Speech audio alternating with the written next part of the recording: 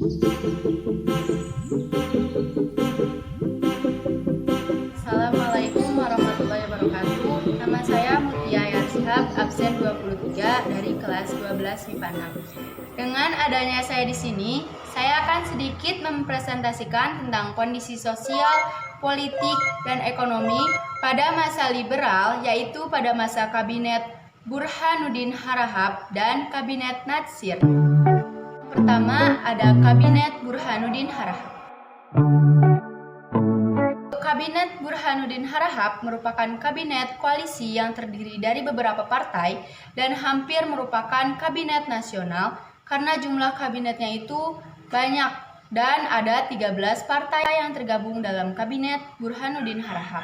Kabinet ini didominasi oleh Partai Masyumi, walaupun ada partai yang lain tetapi itu sebagai pelengkap saja. Kabinet ini bertugas pada tanggal 12 Agustus 1955 sampai 3 Maret 1956. Lalu kondisi sosial politik pada masa Kabinet Burhanuddin Harahap diantaranya seperti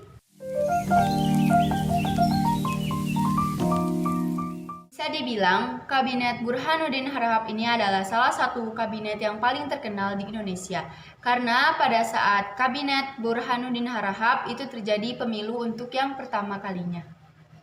Pada masa Kabinet Burhanuddin Harahap, ia dapat mengatasi masalah inflasi, yaitu dengan jalan mengadakan penghematan keras dalam banyak pengeluaran, seperti pengeluaran rutin yang berlebihan, menyempurnakan penerimaan pajak, dan memperbaiki cara-cara dan dasar-dasar pemungutan pajak. Lalu pada masa Kabinet Burhanuddin Harahap juga, dia dapat mengadakan perbaikan ekonomi, termasuk dalamnya menekan harga-harga barang baik impor ataupun dalam negeri yang menjadi kebutuhan sehari-hari. Juga dapat mengatasi masalah korupsi dengan cara menjebloskan para pembuat korupsi itu ke dalam penjara dan tanpa memandang bulu.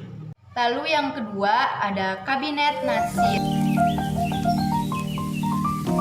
Kabinet Natsir adalah kabinet pertama yang dibentuk setelah pembubaran Negara Republik Indonesia Serikat atau RIS dan kembali menjadi Negara Kesatuan Republik Indonesia. Kabinet ini bertugas sejak tanggal 6 September 1950 hingga 20 Maret 1951. Adapun dari program Kabinet Natsir adalah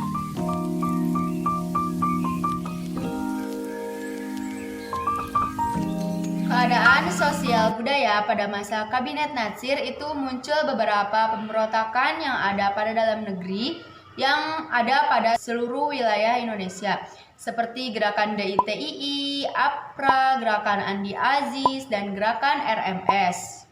Nah, keadaan politik pada masa Kabinet Natsir yaitu Indonesia diterima sebagai anggota PBB yang ke-60 pada tanggal 28 September 1950. Nah, itu pasti membuat Indonesia menjadi lebih diperhatikan dalam kancah politik internasional. Selanjutnya ada masa ekonomi pada masa Kabinet Natsir.